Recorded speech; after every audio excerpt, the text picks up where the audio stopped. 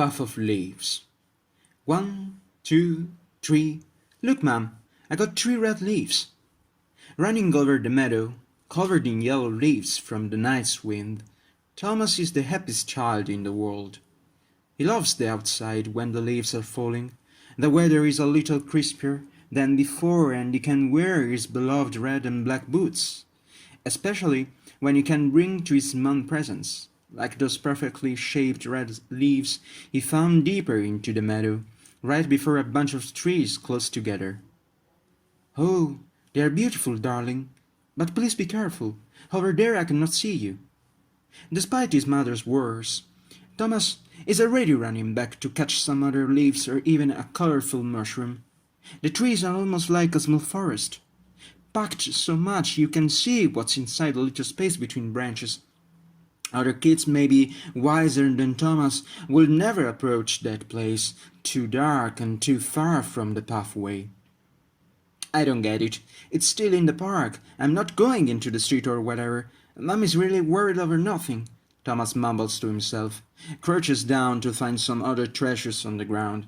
He's a good kid. He always does his homeworks. He listens to his mother. Well, not every time, but almost, and he doesn't do anything bad.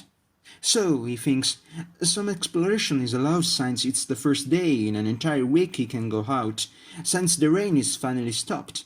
Step by step, leaf by leaf, somehow Thomas ends up in the middle of the little forest.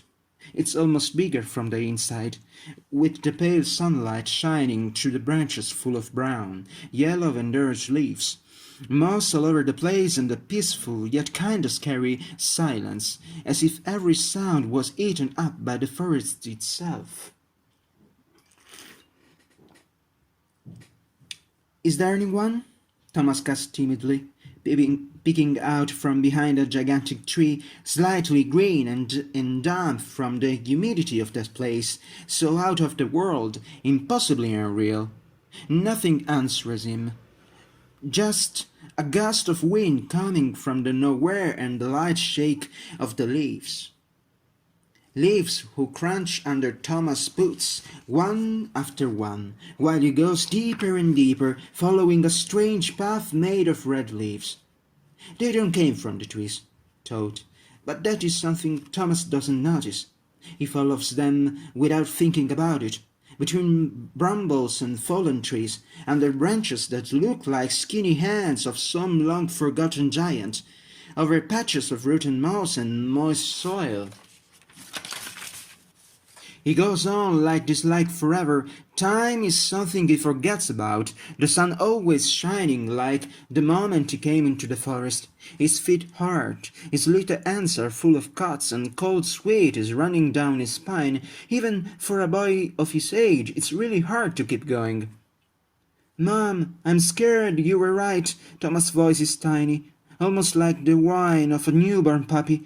The forest is taking his strength away, bit by bit, slowly, until Thomas realizes he can't go on anymore. With a heavy sigh, he lets himself sit down, back against the first tree of many, eyes closed and his breath heavier than before. He feels sleepy, heavy, and the tree is nice, maybe just 1 minute. To close his eyes, and then 6 years later, in a local newspaper, a very creepy news showed up.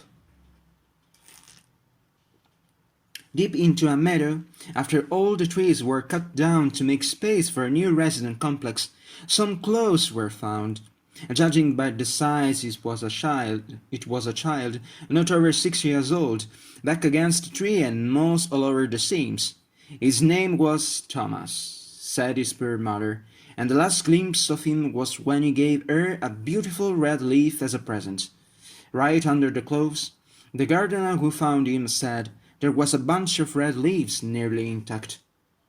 "The strange thing is," he said, "that those trees can't produce red leaves at all."